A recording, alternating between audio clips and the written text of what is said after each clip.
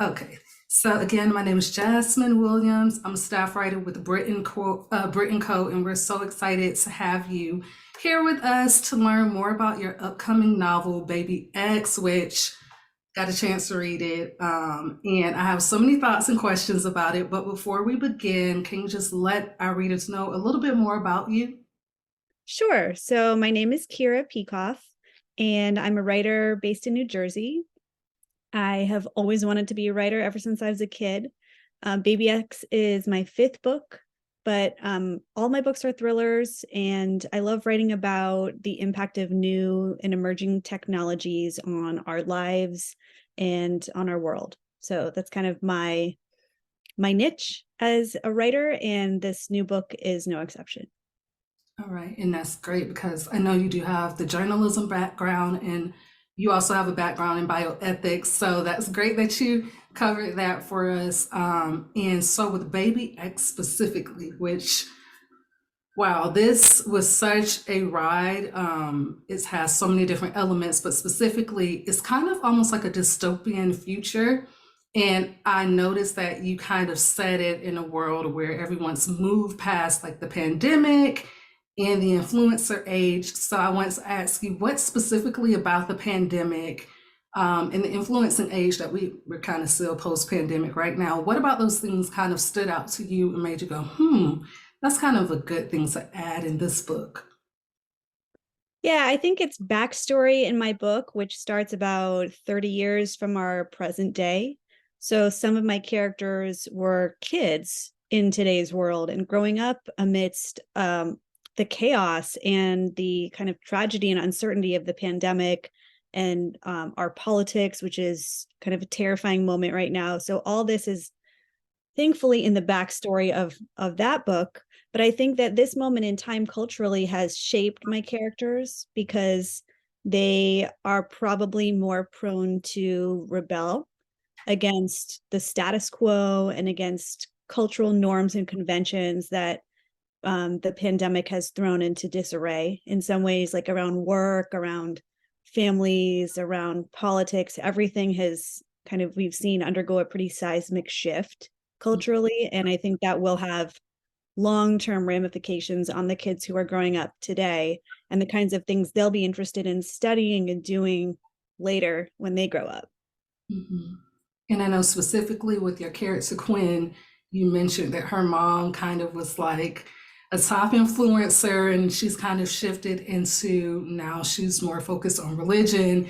And Quinn is having those moments like, okay, is this really something she's interested in or is this just another popularity tactic? So I love that you included that in there because I think we're kind of seeing a shift where people are looking at influencers like, are you really being genuine with us, or is this something kind of, just for views and clickbait, as we call it now? So I love that you did mention that. And with your characters, Ember, Thorn, Quinn, and Lily, which first of all, just that, I'm not going to give it away, but how you connected, everything was so amazing. So, when you were sitting down and writing this novel, did you know that you kind of wanted to have chapters where the characters gave their own point of view? Yeah, so I'm someone who really extensively plots my work out before I even write the first page. And in this case, I think I spend about 2 to 3 months just thinking about the characters and what kind of stories they were in the middle of in their own lives, how they may connect. And basically, I knew exactly what the answers were by the time I sat down to start writing. Okay. And so with Ember specifically, we see her kind of go through a moment where she's almost like redeeming herself in her flashback stories. And when we kind of find out why she's even at this point where she's trying to help, keep certain sales off the black market, so they're not used in a certain way. It's kind of like, whoa, didn't know how far, her story went and that she may have kind of had something to do with why things are the way that they are. So going back to the present day in Lily, which is her daughter, she's kind of having these really, really, really big feelings towards her parents.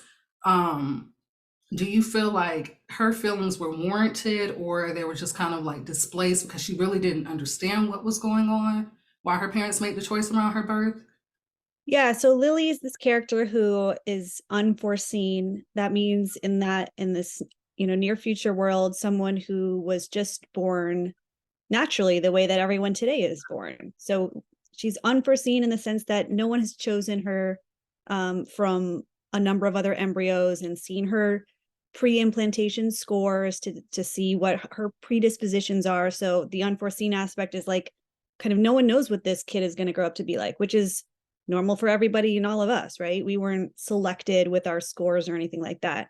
But she feels a certain anger at her parents because that's becoming more and more taboo as the technology becomes more accepted and commonplace. That why wouldn't your parents who want the best for you go through this rigorous process to give you the best chance at life instead of just roll the dice and see what the genetic lottery ends up giving you, which could be a horrible hereditary disease or some kind of inborn disorder that if parents had actually gone through this process, they could have avoided. So she feels a lot of anger at her parents about that, but also her parents have kept something from her earliest childhood. And I don't want to give any big spoilers, but there's a crime in her mother's past that has always been kind of buttoned up, and her parents don't like discussing it, and she only knows the broad outlines of what happened. But her mom was in a lot of trouble when she was a kid.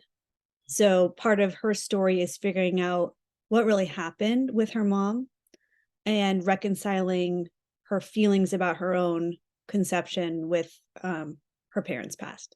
And when Lily goes to visit her best friend, her mom's best friend, Winnie, do you expect that, or rather, do you think Lily expected Winnie to kind of just be completely on her side and understand exactly, well, I'm angry at my parents. They didn't tell me anything. They won't talk about what's going on. And so, do you feel like she just wanted somebody to see things from her perspective? Yeah, exactly. I think Winnie is a character who she sees as an aunt, even though they're not related, but she's someone who she's known her whole life, who's a close friend of her parents and her mother. And she has gotten very frustrated at a certain point in the story with her parents' unwillingness to really tell her straight up what has happened in the past. And she goes to this character who's her aunt, essentially, or like an aunt, and wants her to be, more direct and sympathize with her frustration. So I think that ends up in an unexpected place for Mhm. her. And specifically with Lily, she's also kind of, another thing that you mentioned where journalism, we're kind of in the thick of it right now. We're in this digital world where everything pretty much, we're seeing the shuttering of different publications that have been around for a very long time. And so, Lily is excited to have this opportunities kind of work somewhere that she's always wanted to. Kind of reminds her of the traditional way of writing. When she gets there, I'm wondering, and this is just me being curious, do you feel like her feelings, because she was already having all these big feelings with her parents, and then she meets another person in her position who kind of, hits it off with the editor in chief? Do you feel like her, I guess, kind of like feelings of jealousy, were they displaced or were they very real? Just because she wanted to feel like, okay, this one thing, I'm doing something right, I have the answers, and I now somebody else has it, and I don't have the answers, or I'm not pitching something correctly. Yeah, I think her feelings of insecurity are warranted, even though she has a lot to offer and tried to show that she was very motivated, very hardworking, and bright, and has gotten herself into this amazing fellowship at a very prestigious um, outlet. I actually don't think I used the word magazine on purpose because I don't think it would be called that in the future. Mm. So I see this like a very prestigious outlet that's some kind of combination of like the New Yorker and Wired. So it's like they cover highbrow topics, but from like a technology perspective. So she gets this fellowship and finds out that she's also paired with another fellow who's like a postgraduate, also like young woman who is a selected young woman. So she's like extremely talented in certain areas, which make Lily, who's not selected, feel inadequate. And yet, at the end of the day, I think she goes on this learning curve that whatever your predispositions are, it's really like what you make of them and what your own energy, drive, like passions and creativity can bring to the table that matters more than like your scores as an embryo. And I think that's a message I really want to get out there, and hopefully comes across by the end of the book, that like there's only so far that those things can take a person, and it's really like their own willpower and choices that matter the most. Mhm. And do you think if, we're kind of living in unprecedented times where things like IVF are now kind of in limbo because of recent rulings, and, there's kind of like a little fear that, those embryos could be, you know, or that choice rather can be taken from parents. Do you think that if given the chance, would parents choose their children's genetics if they could in the future? Yeah, I think there's a lot going on to unpack there. The current politics that we have today are going backwards at exactly the moment when our technology is going forwards. So it's a huge disconnect. I think that these types of politics that we're seeing in Alabama and other states absolutely jeopardize and imperil the technologies that could actually help parents in the future to have healthier children or have more freedom in terms of who can procreate and at what point in time and what gender and what age and all that, and like what your fertility status is. The technology in my book has already been shown to work in mice. It's not in humans today, but theoretically this could free up a lot of people in the future to have children. But it would absolutely be impossible if the prevailing politics takes over. We won't have a culture that welcomes it. So that's certainly an issue to be wary about, I think. And will parents, if they do get the chance in the future to select embryos with certain genetic scores, there will absolutely be a demand for that. There's no question. We already see the competitive impulses parents have on getting their kids into good colleges and like the things that they'll do to get their kids the best possible chances and opportunities. It's going to be the same instinct if you can analyze your embryo scores before birth. I mean, why wouldn't you do that if you want to make sure that you have a kid who has the best chance at life? And I'm not saying that I support choosing like the most, the best looking kid or the most intelligent. That's a different conversation. I'm just talking about the health part. I absolutely think parents would demand and want that if that technology was widely accessible, and it's already becoming accessible in some places. Just in the last 2 months, I saw that some fertility clinics are offering whole genome sequencing, which is reading all of the DNA of an embryo and giving potential parents, a report on the kinds of risks those embryos carry, only again in the health sense.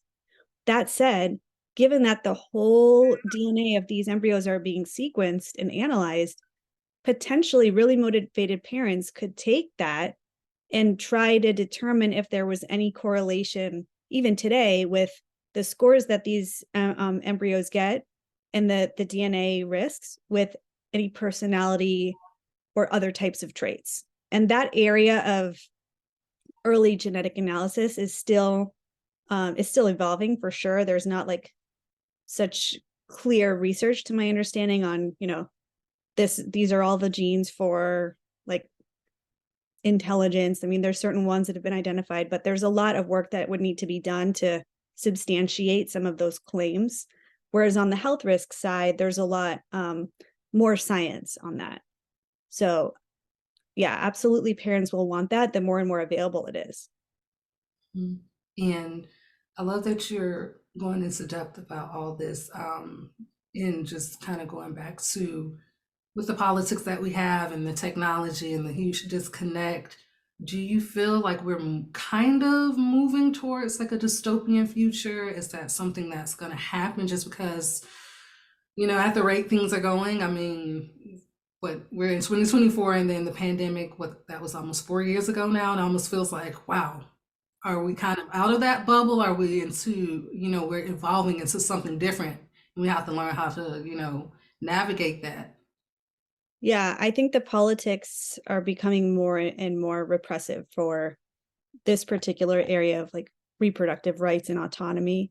When I started this book, it was in 2019, well before Roe v. Wade was overturned. And I think these developments are actually quite in jarring contrast with where I took my near future scenario, which kind of really depends on a lot more freedom to make choices around birth and reproduction. So I think when I noticed this trend was really worsening and I was in the middle of writing the book, I was thinking, oh man, this is like a totally different direction for society than like what I'm picturing here. And I kind of didn't really see it going so in like such a dark way as it is now. So I think I went back and after I'd written most of the book and I put like a little paragraph in the backstory of today's world and said something about how there was like nearly a civil war in the 2020s over these issues, and then like this certain states came around or like the politics shifted again, and then in the 2030s a new constitutional amendment was added that like ratified um, women's reproductive rights, and now it's back to full autonomy and choice over the issue, which then paves the way for my story, which really depends on that. And I do have another question that just kind of came to my if I can see if I can remember it now. Um, I know that there is a mention like of the black market in your in the novel is kind of encoded throughout.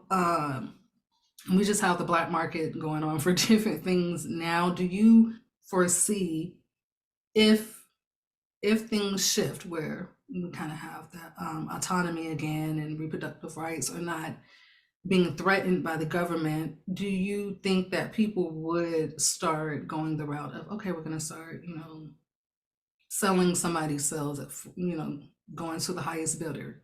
Do you think that could happen? I think it's certainly possible for a couple of reasons. One is that the technology itself to sequence DNA is getting so much more accessible, DIY, even and much more cheap than it used to be. I think when the human genome was first sequenced around the year 2000, I believe the cost of it was around $3 billion. And it took many years of researchers working on it to get to that point where they announced it, almost 25 years ago. Now the cost of wholly sequencing a person's genome can happen in a matter of hours at a top hospital, and it can cost $100. So the fact is that if you have people who are savvy with the tools of biology and have some training from university or graduate school, it doesn't take, or I don't think it will in the future, take a ton of resources to set up some kind of like makeshift lab to be able to do this kind of a service of preserving DNA, storing it, analyzing it, even selling it on the dark web, using crypto and making things untraceable. I think there's a lot of technologies today that could be misused in a certain way like this, where we see DNA theft. And then, of course, our laws, they fail to keep up, right? So if you leave your coffee cup at Starbucks on a table and walk out, there's no law against someone taking that cup. It's abandoned, it's trash, right? There's no ownership of it. But if you're a celebrity and you leave that coffee cup on a table, it could have some of your cells still on it, and the cells can still live for a few hours. So if you're a targeted person whose cells may be very valuable on the black market, and the right scammers are kind of waiting for that to happen, there's not a lot of legal recourse, at least as of now, to even prevent something like that from happening. So you need people to be much more vigilant, which is why I introduced the idea of like a bio guard, a biosecurity guard that kind of cleans up any of your biological matter that you could leave unwittingly when you're in a public place. Like your hair if it falls out at the root, your tissue, your napkin, your fork or cup, any kind of cell matter that is from living tissue. I'm not talking about dead skin cells, but you need like living cells still. That could potentially be collected by someone who sees a profit opportunity. So I don't think it's super far-fetched that this could be a possibility one day. And that just kind of made me think about, like, even if it's not a celebrity, I know there's like revenge. Well, if you broke up with the ex, kind of, we do see that like a bad breakup situation in the novel. Or you just have a vindictive person who's like, yeah, I'm gonna track your every move, and then I'm gonna take, without your permission, your cells, and you're not even gonna know about it. So that also came to mind, which is, I was asking, like, oh, is that also a possibility with just us not being aware, like how we pretty much leave little bits of our cells laying around just on a daily basis. We don't have any control over our hair falling out. That's just a normal thing. So, Exactly. a very interesting things to think about. But overall, I do have to say, just reading the book, it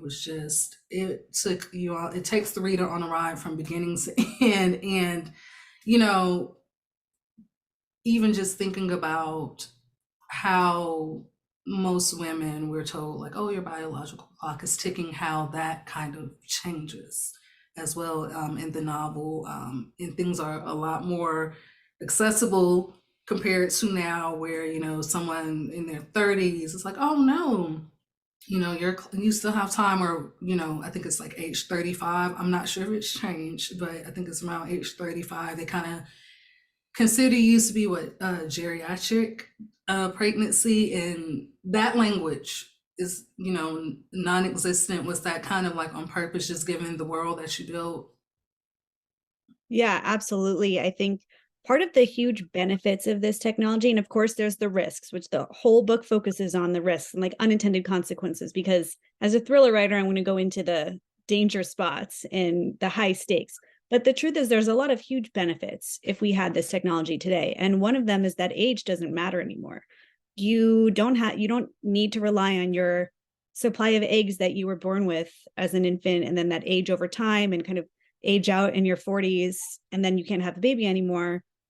That doesn't matter anymore, because all you need to do to reproduce is to give a swab of your cells, and a lab would turn your cells, like from inside your cheek, say, into eggs or sperm, doesn't matter. And so anyone of any age or gender could end up with embryos with a partner. So age is pretty much irrelevant. I mean, you still have to either carry a baby yourself or have a surrogate, but with kind of hormone support and some drugs, that's possible later in life anyway.